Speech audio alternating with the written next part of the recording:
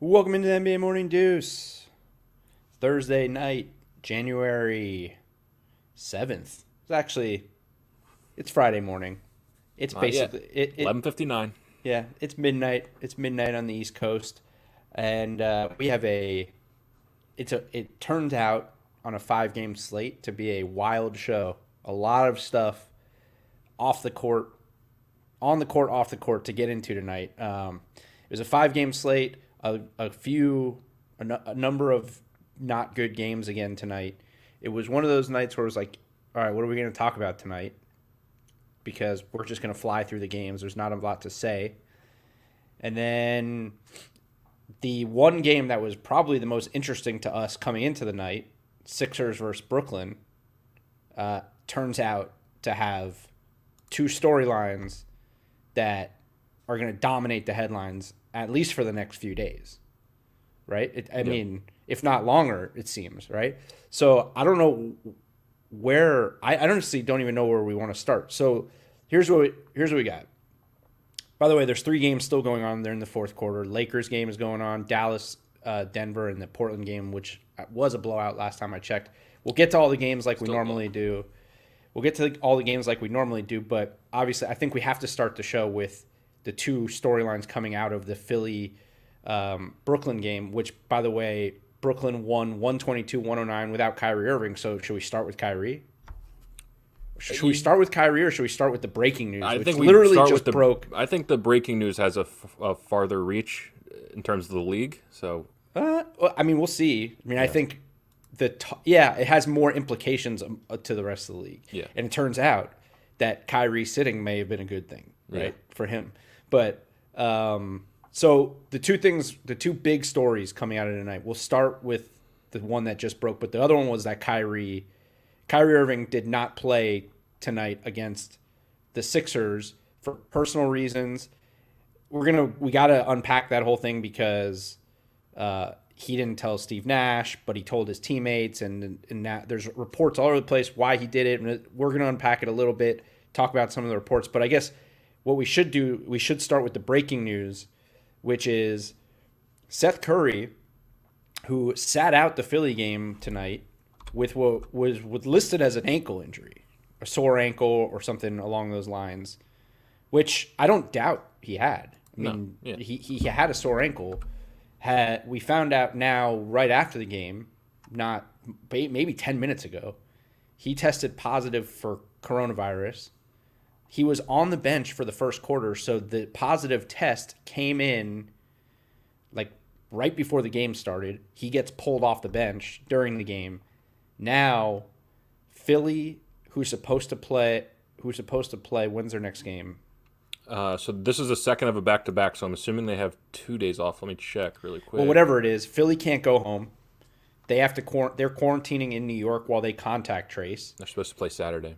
The Nets have a game tomorrow in Memphis, and Philly, as you mentioned, just played last night against Washington. And Seth Curry played in that game. Seth Curry was around the team, as far as we know, all day, all the past 2 days. He was on the bench. So, I mean, that's what we know right now because everything's sort of breaking as it goes.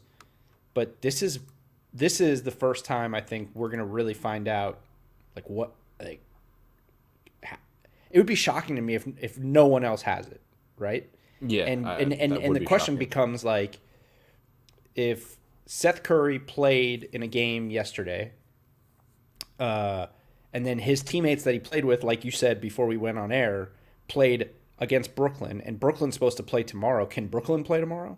And when is Washington's next game? There's like 10 games tomorrow night. I'm assuming Washington probably plays tomorrow night. Does Washington have to contact? Like, this could have wide-reaching effects, particularly because he just played and he was on the bench tonight.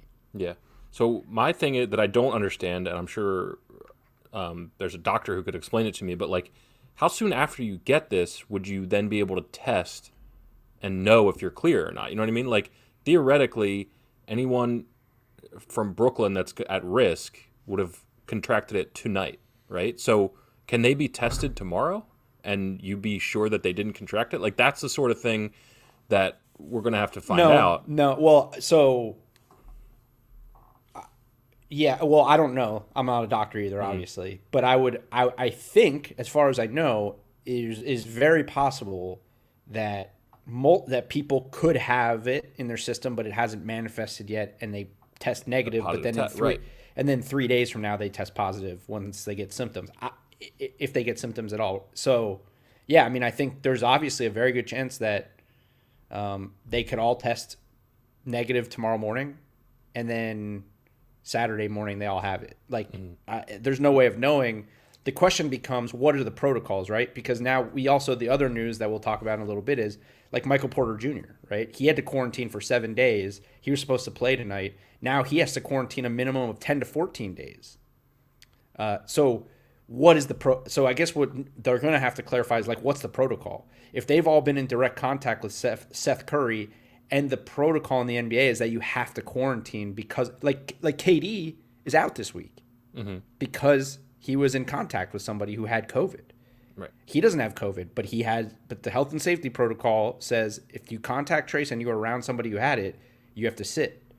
Well, hypothetically, the entire Sixers roster and coaching staff and everybody has been around Seth Curry with COVID. So do they all have to sit? But they're reporting it as they have to quarantine in New York and contact trace. Well, what's there to contact trace? The dude was on the fucking court yesterday with the whole team and all of the Wizards. The other question is how many links of contact, like anybody that's in contact, or we know the Sixers were all in contact with Seth Curry. All the Sixers were just in contact with the Brooklyn Nets, and the Nets are supposed to play. So to me, everyone on Brooklyn is at risk of being in contact. So if you have to, right, it's what are the degrees of separation? And you can't tell me that somebody on Brooklyn is at less of a risk than somebody on Philly because guys were going in and out of the game. Like, I don't know. I don't think I would be shocked if Brooklyn plays tomorrow, and I don't know about the game Saturday, but I think one of the biggest takeaways is like they're really smart in not scheduling that second half of the season.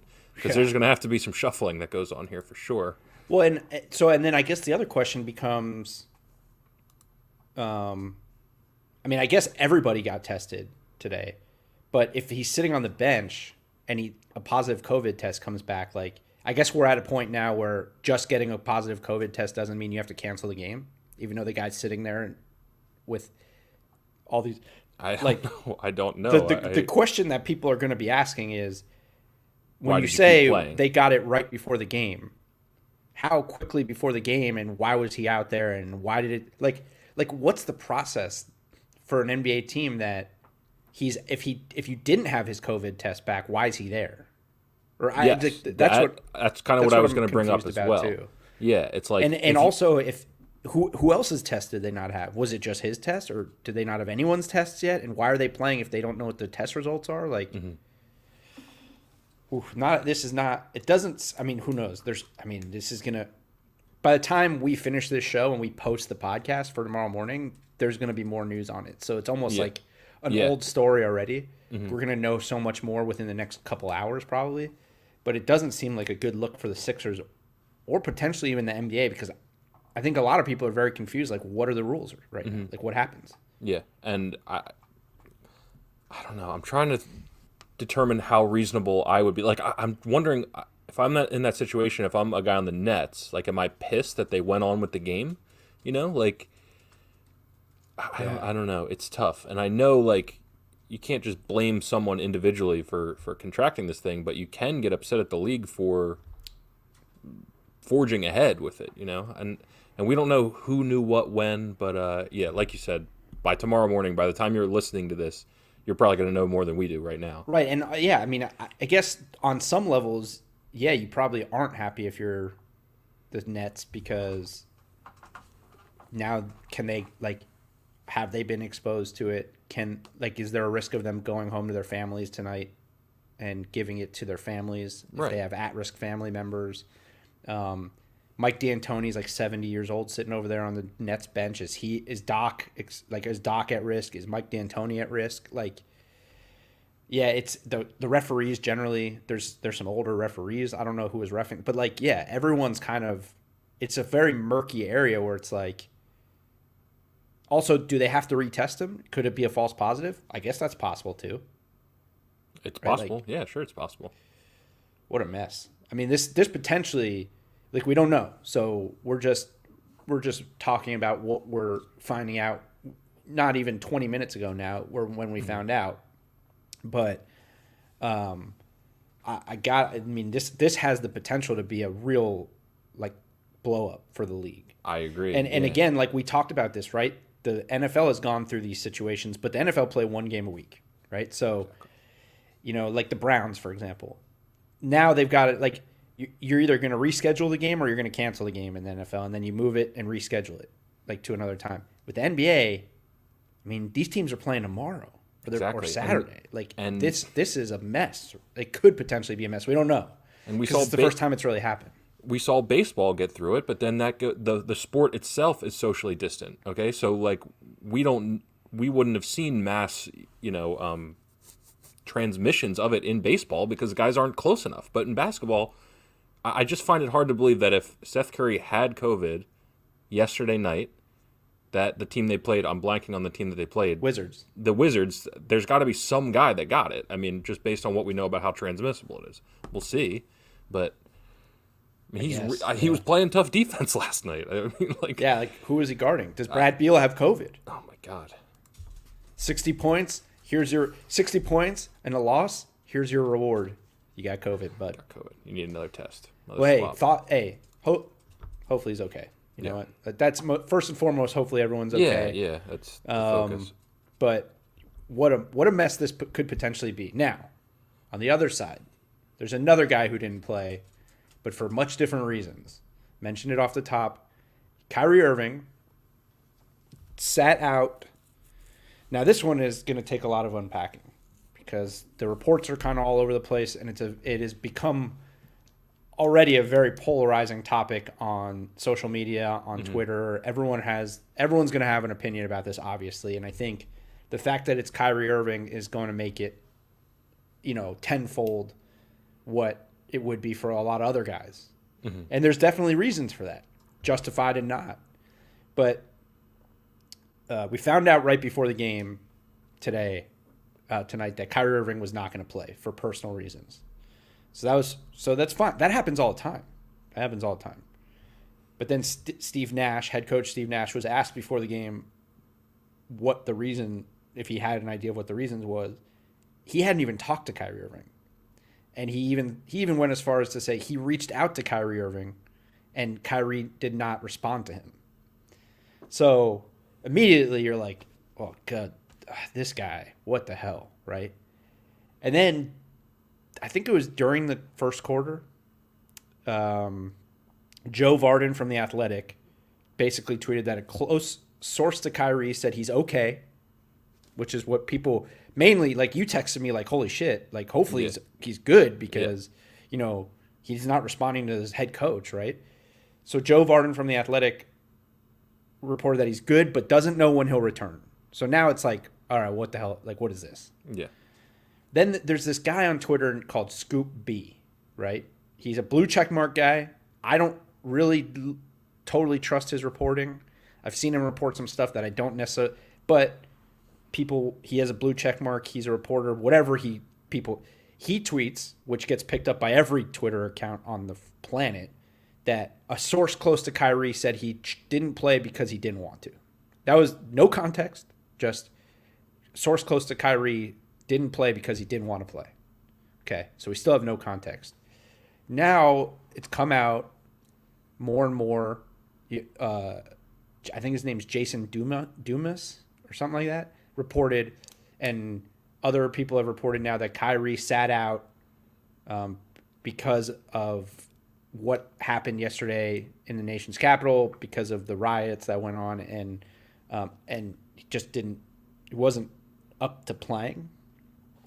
And then after the game, now we find out from Frank Isola, who does the Nets postgame and is a New York guy, and been confirmed by Woj and others, Kyrie is not traveling with the team to Memphis and is not planning on playing tomorrow either. So it is a weird, it's a tough situation to comment on, right?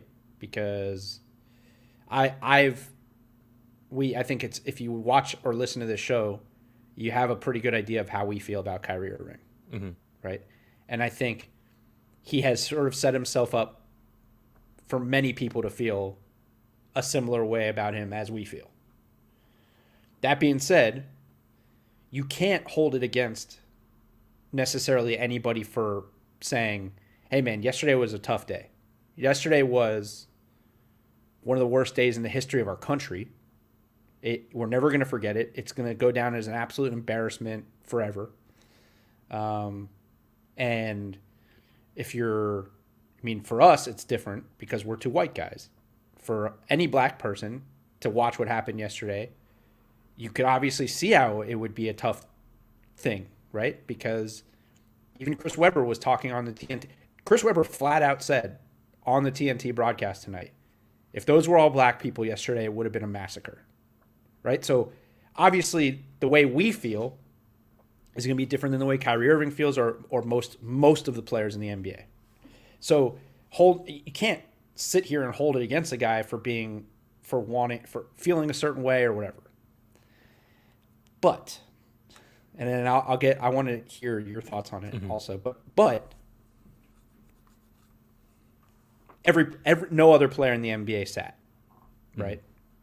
In fact, the guys who have been outspoken about social issues, particularly like Jaylen Brown, if you haven't, go listen to Jaylen Brown addressing the media yesterday.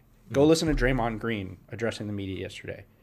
They played and then used their platform to hammer home the message that the shit needs to change. We're still working for change, all that. They played. Kyrie's teammates all played. So while on one side I understand, if you need a day, you take a day, you call and you say, hey, I need the day or whatever. But there is just something to it where it's it seems more like a Kyrie thing than I don't want to go too far. I don't want to overstep. I don't want to overstep, but it does seem more like a Kyrie attention grab, which probably people might get offended by me saying that, but because of who the person is, it does. Now, Kyrie's been very active with social issues, always, right? So, I'm not saying that he doesn't feel the way he feels about what happened yesterday. I'm not saying any of that. I'm just saying, it's if I was a teammate, I'd be like, what the fuck, dude? And it strikes me as, even though he is doing it potentially for the right reason, the idea in his mind that he feels like he can just take a day off because of it while we're all here doing our jobs. Because, again, the majority of black people in the United States feel probably what Kyrie Irving feels, but they all had to go to work today. You felt a certain way yesterday. You had to work today. I had to go to work today. I'm not sure what him sitting out, if that's the real reason, accomplishes in the grand scheme of things, because it's not like they're saying he's sitting out in protest. They're saying he's sitting out to take a mental health break because of everything that went on. That's fine. I understand that. But the way he went about it and the whole situation, it doesn't sit well. And I think a big part of that is probably because it's Kyrie and just the way he's acted before. So I think I'm going to do something pretty smart for myself, and I'm not going to touch why he sat out because I don't know. Okay, we heard reports and things like that, and if he sat out because he was so upset about what happened yesterday, okay, I have issue with how he handled it. He handled it like Kyrie Irving would handle the situation, which is leaving your coach in the dark, leaving your teammates in the dark. Okay. Well, there was a report that not a report. Caris Levert said after the game that he texted the teammates before the game. Okay. Well, then I'll focus in on right. Leaving your but coach. that kind of makes it even worse. To be honest. I mean, it's just so total disrespect. That is where the issue is to me, is how he handled it. It doesn't. I'll guarantee you, well, okay, I won't guarantee it, but if he comes out at 2:00 and says, I need a mental health day, and everyone's aware of it,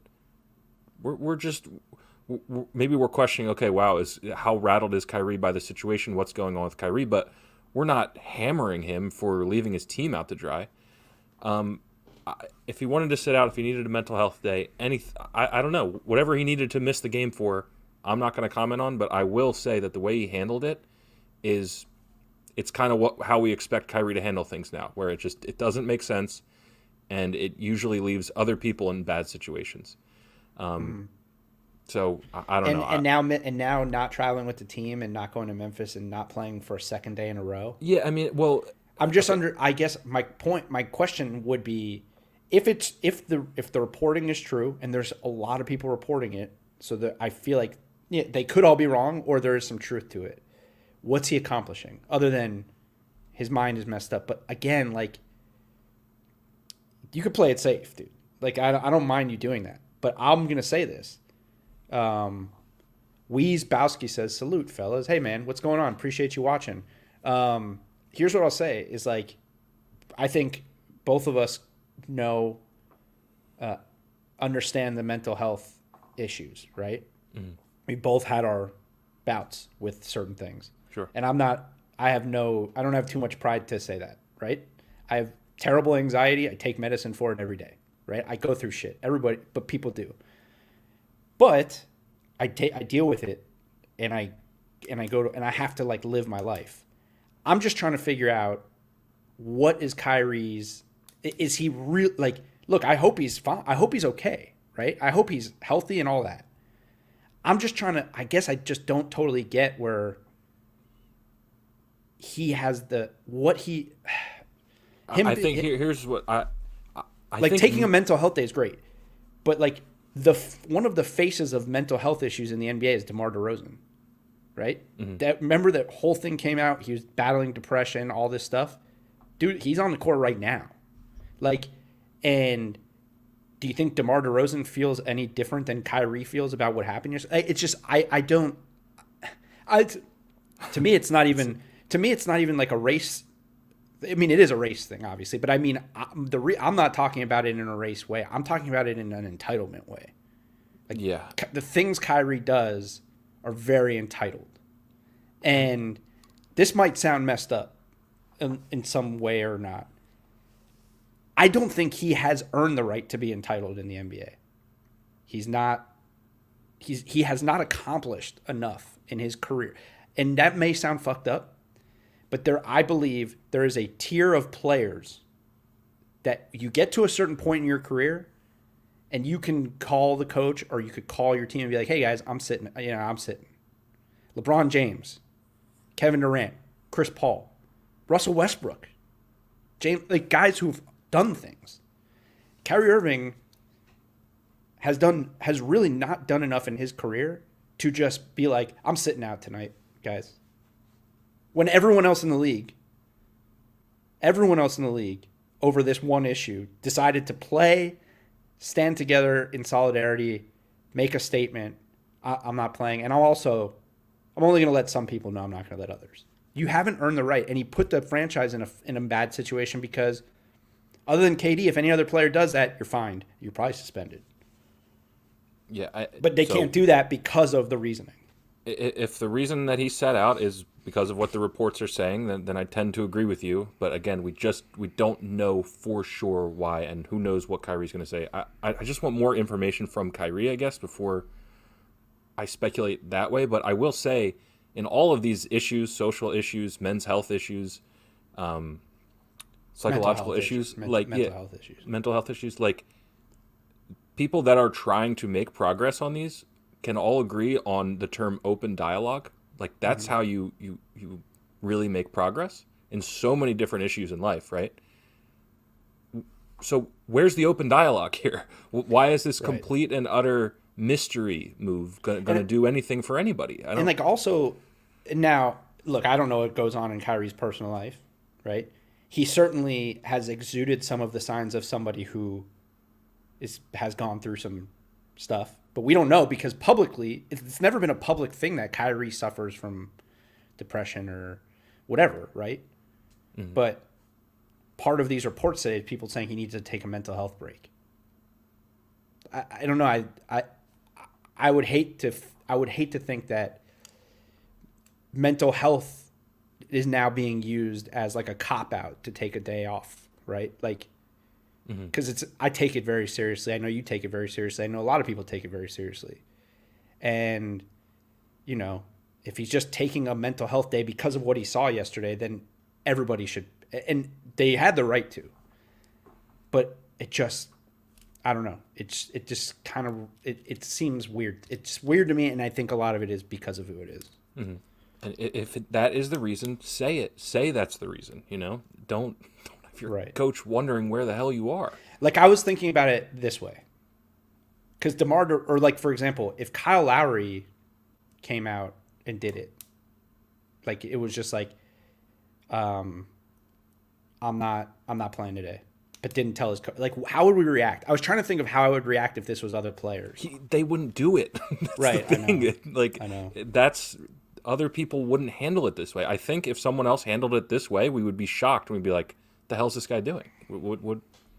Why not just be transparent about what the issue is? Or just be upfront and say, it's a personal issue. Nobody's going to question you on that. Just let them know. They basically said, yeah. It's crazy because, again, we don't know. You're right. Mm-hmm. And it's all speculating based off reports. But it's just him. If I was a teammate of his, I'd be pretty unhappy. I got to be like, well, if I'm Steve Nash, I'm not happy at all. Like, but you know what? Teammate like, too. Yeah, the Steve Nash thing for different reasons, right? Steve Nash, it's more, I'm the head coach. I have a job to do. Yeah. Like, communicate with me. But I mean, if I'm Caris Levert, Bruce Brown, Jared Allen, DeAndre Jordan. You get what I'm saying? Yeah. Mm-hmm. You know, if I'm any one of his black teammates and he's just like, yesterday really affected me. I'm taking the day off. You guys go handle this. How would you feel? I can't speak for how they actually feel because I'm a white guy, you know, but if I was a black guy on that team, I'd be like, dude, really? Like, so you're going to sit because of how you feel about yesterday, but we're just going to play? It just seems, I don't know, again, entitled. Maybe I don't have the right to say that, but it's just the way it feels. Yeah, and I just think you said earlier, or you were talking about how we'd react if it was different people. It's not. It's Kyrie because this is how he tends to handle things, and it's... Right. Yeah, it's unfortunate. We'll see what... So, yeah, Frank Isola, who was talking about it after the game, basically said, like, we still don't have many real details. And he said a lot of the same things you're saying, too. He said there's a lot of things going on the internet. People are saying things. Mm-hmm. We really won't know until either he says something, but he said, hopefully, and he thinks that Steve Nash will probably have to, like, clarify some stuff tomorrow pregame when he has media availability. Mm-hmm. That being said, will there be media availability tomorrow? Will there be a game tomorrow because of the Seth Curry thing? Like, I want to make one more point. One more point on it is it's well established that I don't really like Kyrie Irving or anything like that, right? But when I texted you, it was I hope he's all right, you know? Sure. Because of the mystery. And think about the people that like Kyrie Irving, how worried they are. So to be this public figure that so many people love and to just leave them like, what is going on here? Right. That says a lot about the move in and of itself. It's got to be transparent. Yeah. Yeah.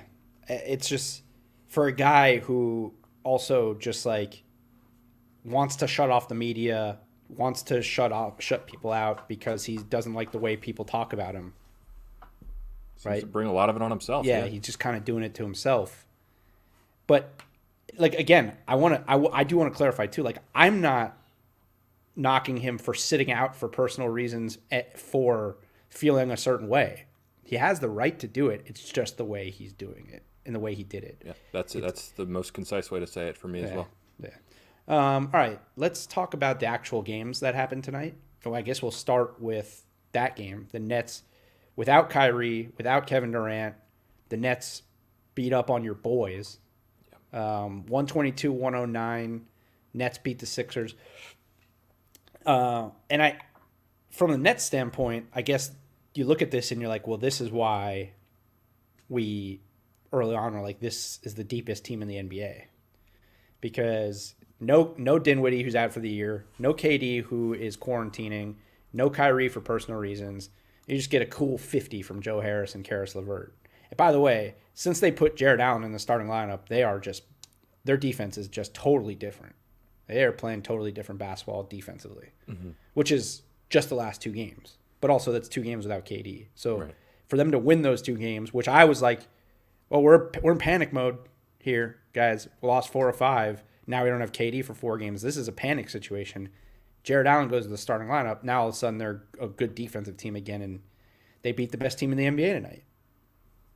The best team. The team with the best record. Yeah. Yeah. From a Sixers standpoint, best defense in the NBA. Yes. Yeah, I would say so. But although back-to-back nights of really bad defense.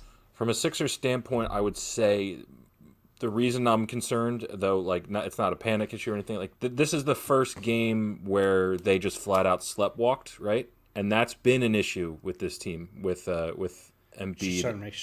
Sleptwalked? Sleepwalked? I don't know. Sleptwalk? Well, sleepwalk. I was just trying to figure out if that's the way you say it. Sleepwalk. Okay. But that was an issue with this team under Brett Brown. Was they look fantastic and then they look like they do not give a shit. And I won't say they were that far tonight where they didn't care, but they weren't fresh. They weren't. And I don't really want to hear about back-to-backs. Like I know it's tough. Everybody deals with back-to-backs. But you can't look this bad against a team as undermanned as Brooklyn was. So I just want to check something here. That's not great for me. I thought Ben Simmons was horrible again. I am interested. You didn't catch much of this game, did you? Did you catch the first half? I watched the second half. Okay. How did Ben Simmons look to you? Because terrible to me. Oh, why am I printing?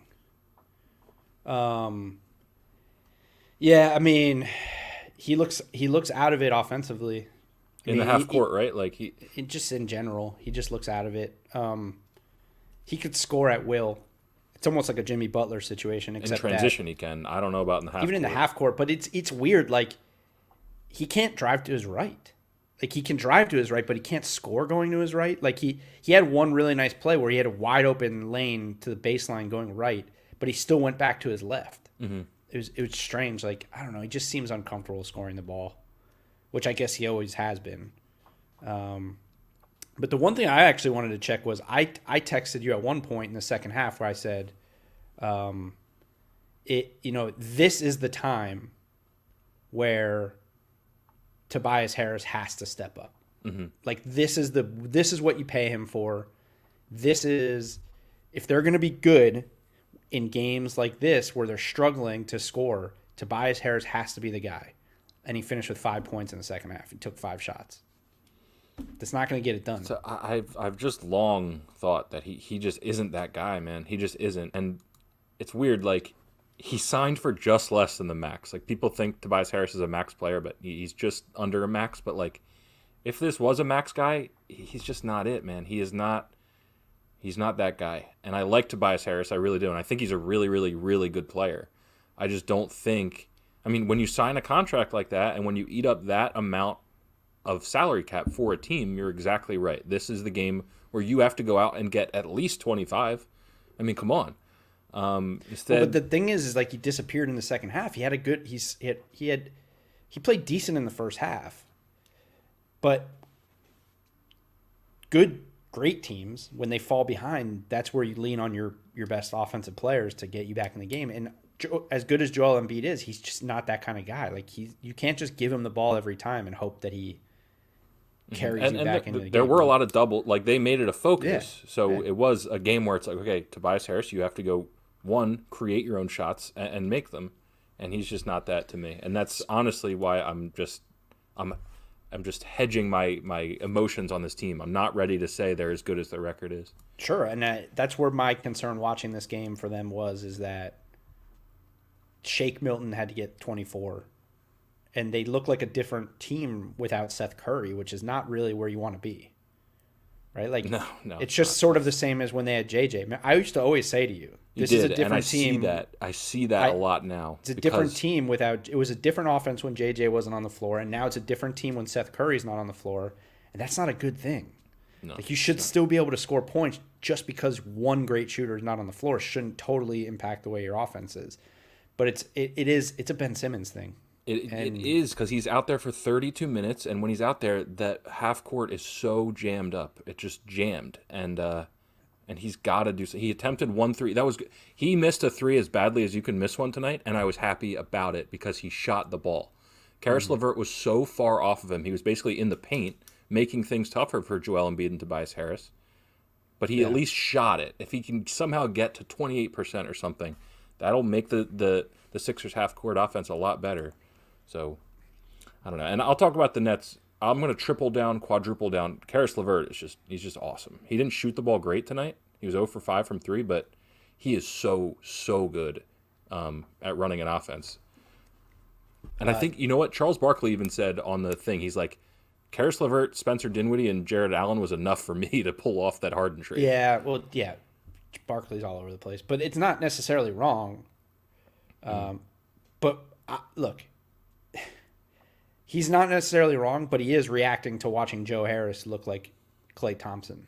Yeah, that's Joe Harris. No, like Joe Harris had the best game of his career tonight. So he's reacting to Joe Harris having his best game of his career, saying, "Oh, it would have been enough for me."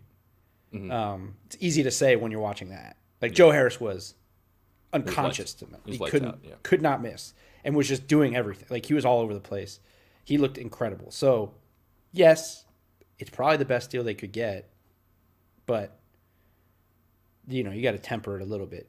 But Levert he's very good. He's just a really good but that's the other thing where it's like that's where guys like Ben and Jimmy Butler and those guys who are so passive as go-to guys are so frustrating. And then you look at a guy like Caris Levert, like he was 9 for 25 tonight. No one's complaining. Mm-hmm. We're talking about how he had, but we're talking about how he had a great game because the best option on the floor took his shots and went to the free throw. He at one point missed 4 free throws in a row, which was crazy. But it doesn't matter. He had 22, 10, and 7, and they won. So that's where I'm like, there's levels to like the efficiency thing where it's like everyone wants to have an efficient score and this and that. Sometimes you just need your bucket getters to go get buckets. Mm-hmm. It seems like maybe that's a little too simple, but it's true. If Caris Levert doesn't step up and go get buckets for this team tonight, they probably don't beat the Sixers. But he did it. Didn't matter how many shots it took. He just did it. 100%. So, your boy Tyrese Maxey played good. Yeah, I love watching him play, and I think because his form isn't terrible on his shooting, so I think he could really improve his 3-pointer down the road. Yeah. Also, I would talk about in the next game JaVale McGee, but have 2 players ever, like in the same year or in the same stretch, made 2 unbelievable turnarounds the way Dwight Howard and JaVale McGee have, just in terms of like perception?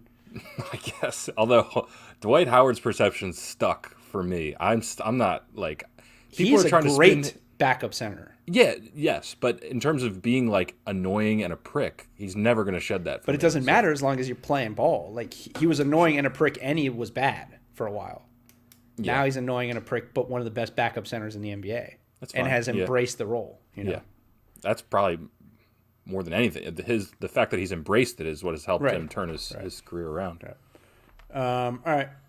Well, we'll see what happens with these 2 teams. We may not see these teams play for 7 to 14 days. I mean, seriously, yeah. I've been trying to check Twitter as we've been doing this, but I haven't seen any more updates. So I think we probably won't find out any more until the morning. Cavs beat the Grizzlies. Both teams extremely shorthanded. Hold on, Joey. Can I stop? We have Calvin who says props to Spurs for beating the Lakers in their house tonight. So should we cut to that game? Give Calvin what he wants. Yeah. Let's talk about. You can go to the Lakers game. I gotta pull up the box because I wasn't. Dallas, Denver's in overtime, by the way. Yeah, I got that on here actually. Well, so what I watched of this Lakers game, and it's kind of been this way the whole season. They just don't look like they're playing hard. Like they just don't. I feel that way too. They just look like they're going through the motions still. LeBron only took 15 shots. He got to the line 11 times. Anthony Davis looked a little frustrated in the game, but just like they look like they're going to go through the motions. They're going to win a bunch of games. They'll lose some games like this. Sure. By the way, what was this guy's name? Calvin. Yes, props to the Spurs. It's a nice win.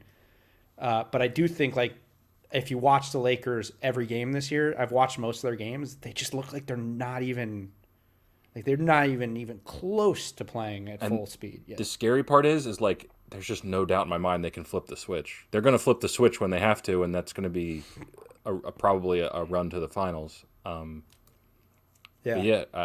mean, it's just weird to say they don't look like they're trying hard, and LeBron is 27, Anthony Davis is 22. Yeah, and they're 6-3 now, I think. 6-3, yep. As far as, I mean, for the Spurs, anytime you can dust off the corpse of LaMarcus Aldridge and get 28 points, that's a big plus for you. My guy Keldon Johnson, rough night. He boned me in FanDuel, man, and I only picked him because he said he is. I'm not writing him off entirely, but you can't write him off entirely. This guy's having a good year now that he's on the scouting report. Now. I can write off whoever I want entirely when they score like 4 points in FanDuel for me. Yeah, but no, I'll hang in there. DeMar had 19. DeJounte Murray had 18. Like just a good all around game from these guys. Mm-hmm. Just Pop doing what he does, man. Just taking a bunch of scraps and being a potential playoff team. This team is going to go 36-36 and just be the definition of it. I'm so sure of it. They're a 500 team, and they shouldn't be. They should probably be a little bit below that. Did you see? You know what? I'll try to find it. Did you see? It's going all over Twitter. At one point, Rudy Gay and Anthony Davis fell. Like I guess they were going for a loose ball or a rebound or something, and they both fell on the floor. And Anthony Davis fell back first onto like Rudy Gay's chest. Okay, I didn't see it. And Rudy Gay put him in a sleeper hold, but obviously jokingly. Yeah. But there's obviously like a bunch of gifs of it and stuff. It's pretty funny. But imagine though, like if you're in the middle of a game and you're Anthony Davis, you probably don't realize that Rudy Gay is just fucking with you, and you just have a guy putting you in a rear naked choke. Like that's kind of, I mean, intense. Like I feel like would it be like when Ben Simmons I was going to say choked out Cat and he tapped out? Remember that? NBA is probably ready to label Rudy Gay a peacemaker. Do you remember that?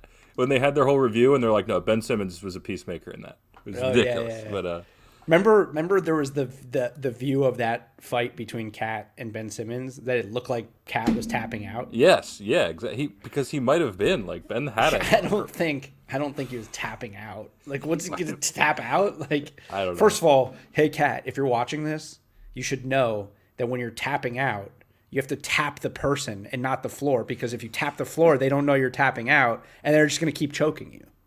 That's a free MMA lesson for you. Just for anybody, really. Yeah, good stuff. Really anybody. Yeah, I never actually considered that. If you're getting choked out, if you just tap the floor, you're just going to keep getting choked because they don't know you're tapping. And there's probably no ref around, whoever's listening to us. That's true also. Yeah, I mean, I don't have a whole lot more on this one. I don't know if you do. Good win for the Spurs for sure. Yeah, props to the Spurs for going to the Lakers' house and getting a win. All right, back to the game that I really care about: Cavs versus Grizzlies. Looking out for Calvin, man. That's all. Yeah. No, but really, I do care about this game because I think one of my new like favorite things about the NBA is watching JaVale McGee. Okay. He's having a really good year as a backup for these guys. They're 5-4. I turn on the game. First play when I turn on the game, I think it was in the second quarter, JaVale McGee hits a corner three. Love it. I look up JaVale McGee's stats. He's 4 for 8 from 3 on the season. He's a shooter. Next possession, he gets the ball at the elbow. Catches it at the elbow, faces up in like a triple threat position, does this wild like right to left crossover, and then a step back jumper and totally clanks it. Totally clanks it. Yeah. But like, I love that JaVale McGee is a 3-time NBA champion and goes to Cleveland, and he's like the vet who they just are like, hey, you could do your thing. Like they know they're not a good team. And he plays hard. He got 13-6. He plays defense. Like, he hustles. He's out there going. So they're like, okay, I guess if JaVale McGee wants to shoot threes now, we're just going to let JaVale McGee. Like, JaVale McGee, like, grizzled smart, intelligent veteran is fun to me. Intelligent might be a stretch. No, I'm just kidding. I just everybody when you think of JaVale McGee, you think of Shaqtin' the Fool. After that, like Wizards, didn't the Wizards give him like a ton of money? Well, that's what I was thinking. Like, who has had a better turnaround in their career than JaVale McGee? That's a good question. This guy went from videos of him and Nick Young doing the cinnamon challenge, yeah, right? Yeah. When they were in Washington, just basically being known as the absolute clowns of the NBA, right? To getting bullied so bad by Shaq that his mom had to stick up. I forgot about right? The mom aspect, yeah. To being a 3-time NBA champion. And now being a guy that young teams bring in to be like a vet. Like, what a great turnaround for that guy. I challenge anyone listening to this to think of somebody with a greater turnaround than that, because I can't do it right now. I'm sure there's got to be somebody out there, but it's ridiculous. The arc of that guy's career. Dwight's working on it.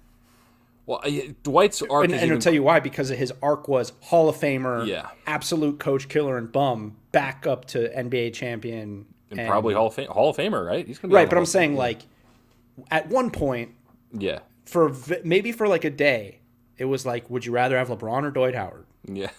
I'm not kidding. I know. And because that's was when big men mattered at more, right? That's how dominant Dwight was.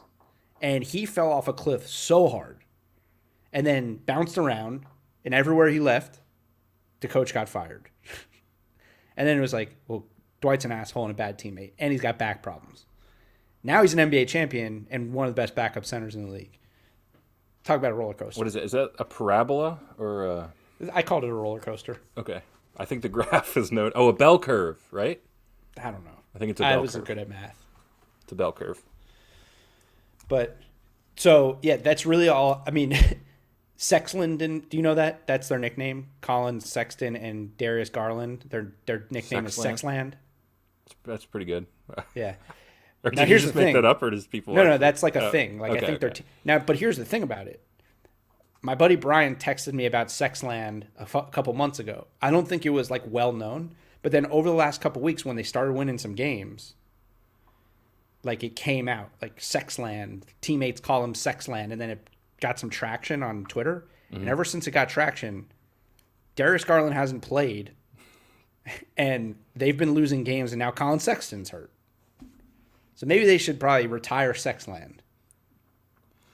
It's better than it's a pretty good duo Garton or Garton. Maybe just don't have a duo name when you're two weird. Point guards. Yeah. Yeah. But they get the win tonight. But, oh, by the way, remember you asked me a while back, like, why can't Thon Maker play for this team? Because JaVale McGee. JaVale McGee's a stud. I'm just saying. Yeah, they get the win. Isaac Okoro, I think he had a game winner or like a clutch shot towards the end. The Grizzlies are bad, man. Without Ja, they have no shot. Right, they're bad. And their second best player. When's Jaren? Is there any outlook for Jaren Jackson? Yeah, I don't know. And Grayson Allen, like, at one point was hitting threes in this game. Like, things were going right for them. They scored 90 points. That's bad. That's pretty bad. Is that other game still in overtime? So Denver, Dallas ended up going to overtime. 18 seconds left. All right, so let's talk. Basically over. We could quickly hit the Minnesota-Portland game. Let's see. Calvin. Lakers can easily flip the switch. Dallas starting post. Thanks for the great. Hey, thank you, Calvin. Hell yeah, Calvin. Thank you, Calvin. Man. You have a great evening too. Appreciate it. Appreciate you watching. Have a good night. We'll see you next week. We'll be back.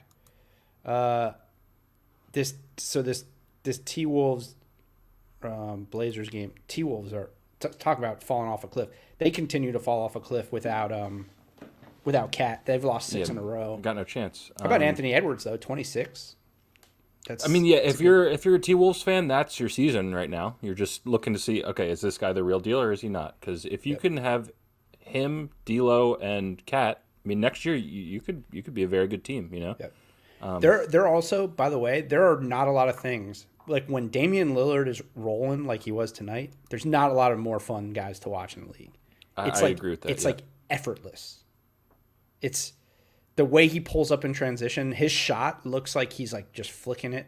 Like it's just, he makes it look, when he's rolling like he was tonight, he makes the game look so easy. So easy.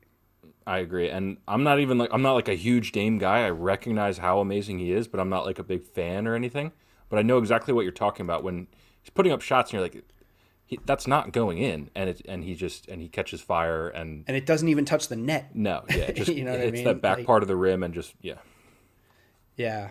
Well, I think part of the problem is we don't get to watch him that much. They're not a great team ever. They're in Portland. They don't get a lot of national TV attention. They're not ever considered a team that can win a title. So he just sort of, again, this is one of those things where I say loyalty in sports is overrated. My guy is going to spend his entire career in Portland, probably be a Hall of Famer, and not ever win anything. That's fine. Yeah. So there's a lot of guys that it happens to, but as long as he stays there, it's going to be hard for them to do anything with the way they're built. Guy Scott P says, Knicks on top this year. For now. It's a good point, Scott. They are. They didn't play tonight, so we probably won't talk about them much, but big Knicks guy here. Big Julius Randle guy. Love Julius Randle. Julius Randle guy over I'm a huge Julius Randle guy. Love Tom Thibodeau. But that's, if Julius Randle keeps playing like an MVP, he might have something. I have a feeling he may not play like an MVP all year. Just a hunch. But you never know. Big Julius Randle guy. All right, last game. It looks like it just ended. Dallas. It just ended, yep. That's a good win for Dallas, dude. It's a really good win. Dallas was not playing well in the first half. Luka looked frustrated again. His ankle was messed up. He was limping. He was complaining as he is becoming more and more of a thing. I kept an eye on that today. He's a lot to handle out there if you're a ref, that's for sure. He complains a lot. And he finishes with 38, 13, and 9. But again, 8 turnovers. And he's still shooting really bad from 3 this year. But gets a comeback win and basically carried this team because the rest of this team, I mean, I don't know. I didn't get to watch a lot of the fourth quarter because we were doing the show. Mm-hmm. But the guys at halftime, the TNT guys, were like, why would you not just double him and make other people like beat you? Like, they have nothing. He's so good at passing. I know. That's pretty wild, man. Denver's in a rough way. Yeah. They just can't defend. Their defense their schedule hasn't been that bad either. They've got a loss to the Kings, 2 losses to the Kings. That's why we're like, what the hell is going on with Denver? Because they're not playing defense, dude. Right. I'm telling you, we talked about it the other day. Not it's playing like any defense. They let Jeremy Grant walk. He was such a huge catalyst for them defensively in the playoffs last year and just in general. They're trying to replace him with Will Barton. And Will is good, but apparently not the same. They're just not. They don't play defense right now. They replaced Jeremy Grant with JaMychal Green, who plays no defense. You know what it is? Facundo Campazzo didn't play tonight. How does he not get any minutes? I don't know. That's a DM. Well, they've also got the world's only unicorn stuffed away on the bench. Right. That's true. I do like Mike Malone, but like, at what point is it like? Bol Bol's got to be out there. You know what I mean? Like, he's got to be out there. Well, at some point, if they keep struggling, then you probably do. But like, you also, they could struggle for a long time, but still, you look at this team and you're like, this is a team that should be at the minimum and go to the second round of the playoffs. Yeah, so for sure. You're not going to punt if you don't think he's ready. But yes, feels like he should probably be playing. Yeah. Games like this are huge for Dallas because Luka's banged up. They still don't have Porzingis. Don't know when he's going to be healthy. And the way the West is, like, if they can pull out some of these and just stay relevant until they get Porzingis back and they're at full strength, these are important. Plus, I think it's probably just good for Luka to have a 13 for 22 game. Because even though his numbers have been good, he's been very inefficient this year. And the turnovers, too, have been definitely concerning. But I guess I would like to check. I'll probably check tomorrow once it's updated. I'm assuming his usage rate is just like absurd. Yeah, well, and that's probably part of the turnover thing. You know, I will say, dude, and again, I know I make so much of this stuff about Sixers and being a Sixers fan, but like, I think Dallas lost this trade. That Josh Richardson doesn't fit on this team. Josh Richardson doesn't seem to fit on any team. No, I mean, he led the Heat in scoring when they were in a major transition with Dwayne Wade leaves, and he led them in scoring that year. Yes, yeah, Ooh. Josh Richardson led them in scoring that year. So I think that, and I don't think he's a bad player. I just think he's a guy that needs the ball to make things happen, and he's not as good as other guys that need the ball. You know what I mean? You know what's funny about that is I wasn't living back down here when Josh Richardson was on the Heat. Or maybe I was, and I was just moving back down here. But I do remember Heat fans being absolutely in love with Josh Richardson. Yeah. And I wonder now, like with all of the Tyler Hero and James Harden stuff, if that same thing is happening right now where it's like Heat fans just really love Tyler Hero so much he's getting overrated a little bit in the context of what he's worth. Yeah, I think he's better than Josh Richardson. Definitely, and what he did in games that like the finals was unreal. So maybe, but I don't know. Yeah. I just know Josh Richardson. I just so clearly rather have Seth Curry on this roster if I'm the Mavericks. But yeah, I wonder with the Mavs too. Like Dwight Powell's only playing 10 minutes now. Like that's not good. Yeah, he's obviously not the same after his injury. They're starting Willie Cauley-Stein. Just like good to see Jalen Brunson getting a few more minutes. Mm-hmm. I don't know. They're a middling team until they're at full strength. Yeah. But all right, you want to do some bets? Oh wait, no. Well, we obviously, I think we sort of alluded to it, but Michael Porter Jr., who was supposed to play in this game after quarantining for 7 days, now has to quarantine for at least 10 more days, 10 to 14 days, due to health and safety protocols. I'm assuming that means. You know what I was thinking? Do you think he must have gotten snitch lined? Oh, maybe. I was thinking maybe symptoms appeared. Like maybe he tested positive. This is total speculation, so I probably shouldn't be saying. But he didn't have COVID before, did he? I don't know. I'm not sure. So he was just on the tracing. I think he was doing the same thing that KD's doing right now. Right. Yeah, I don't know. Or maybe he was doing that and then he did test positive. Right. I don't know. It does feel weird sometimes speculating about this, but I want to know. I'm curious, Well, it's weird that he's going to be out for 21 days. I know. It's a long time, especially for a team that needs him, for sure. Needs him in a big way, and they're not playing good basketball right now. Mm-hmm. Yeah, weird. All right, let's yesterday on the show, I didn't update your bets because I didn't know what your bets were, but you went 3-1 on Wednesday. So now you're 13-13, I'm 18-10. 18-10 is a nice number there. Yeah. No, I'm rolling a little bit this year. And, I told you that big brain theory, big basketball brain / research theory that I was going to go 3-0. Yeah, you did. Now, that being said, I'm going to make some picks today for Friday. And I didn't do any gambling research. Okay. But I didn't make any picks yesterday because there was no lines. So I have a few games that I've been eyeing. I'm gonna make some picks. Do you have some picks for Friday? I do, yeah. All right, we'll knock these out real quick. I like the Suns -6.5 against the Pistons. The Pistons are just awful. They're just so bad. They're terrible. What else?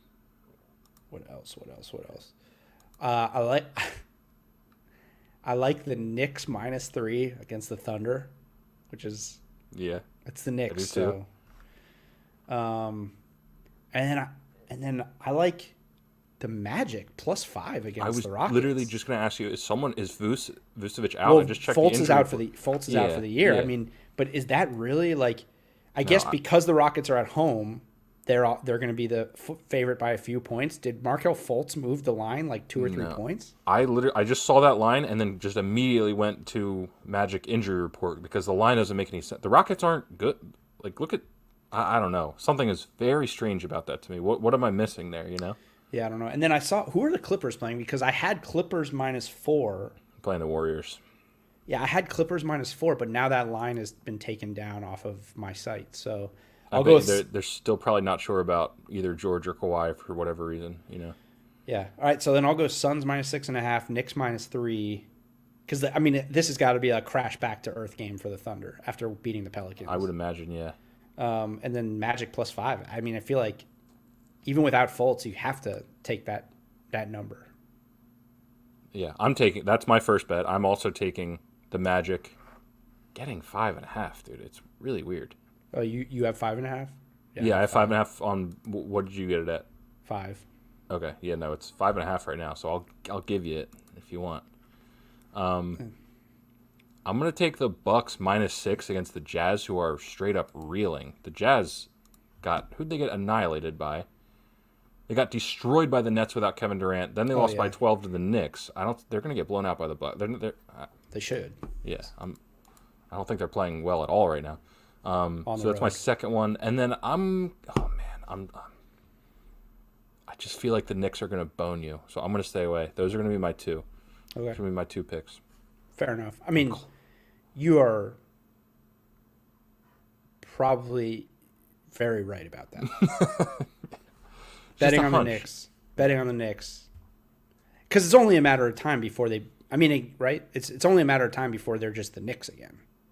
Yeah, and I imagine Julius Randle's never been this sore in his entire life with the minutes he's getting. Other than when he broke his leg his rookie year. He might have been pretty sore after that, yeah.